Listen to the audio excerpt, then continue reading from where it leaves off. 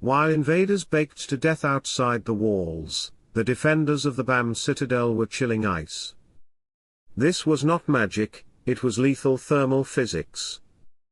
Ancient Iranian engineers weaponized pressure differentials to maintain freezing temperatures in 100-degree heat. This is architectural survivalism that won wars without a single blade. The Bam Citadel in Kerman province, southeastern Iran, is one of the largest mud brick structures on Earth. Construction began over 2,000 years ago during the Achaemenid period, with major expansions continuing through the Sassanid and early Islamic eras. At its peak, it housed a self-contained city of roughly 9,000 people across 6 hectares of layered fortification. The walls were not simply armor. Adobe mud brick has a thermal mass capacity that modern engineers still struggle to replicate cheaply. A wall 2 meters thick absorbs heat slowly through the day and releases it slowly through the night, creating an internal temperature lag of 8 to 12 hours. During a desert summer where external temperatures exceed 50 degrees Celsius, interior spaces remained between 26 and 30 degrees without any active cooling. The walls were functioning heat batteries, storing thermal energy, and preventing it from penetrating living quarters during peak daylight hours. For a besieged population, this distinction was survival arithmetic. Invading armies camped on open sand had no such buffer. Heat exhaustion degrades combat effectiveness within hours. Sustained exposure above 40 degrees Celsius without shade and adequate water produces heat stroke, organ failure, and death.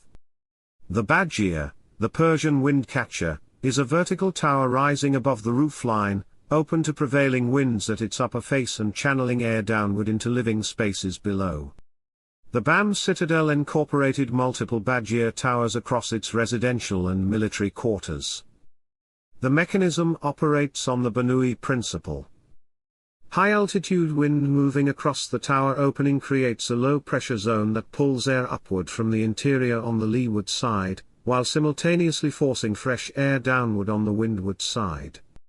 The result is a continuous pressure differential. Hot stagnant interior air is extracted while moving air is driven toward the center of the structure.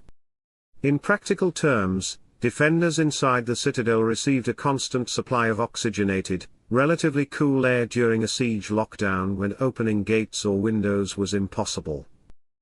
Invaders outside operated in still, radiating heat with no equivalent system. The Bajir did not merely provide comfort, it maintained the cognitive and physical performance of every defender inside. The Yakul, literally ice pit in Persian, was an engineered subterranean vault combined with an above-ground dome of insulating mud brick. Structures of this type, dating to at least 400 BC, allowed communities across the Iranian plateau to store ice harvested during winter months and preserve it through summer. The cooling process involved qanats, underground aqueduct channels that carried mountain snowmelt beneath the desert floor. As water moved through these channels, evaporative cooling reduced temperatures in the surrounding soil. The Yakul dome featured thick, heat-resistant walls and was deliberately oriented to minimize solar exposure. Internal temperatures remained near or below freezing even when the surface exceeded 50 degrees Celsius. During an extended siege, this meant defenders had access to chilled water, preserved food, and cooled medical storage. Invading forces, denied the qanat network by the citadel's controlled access points, faced progressive dehydration and food spoilage. Historical accounts from the Safavid period document siege attempts against fortified Kerman region strongholds where attacking forces withdrew not from military defeat but from logistical collapse driven by the desert environment.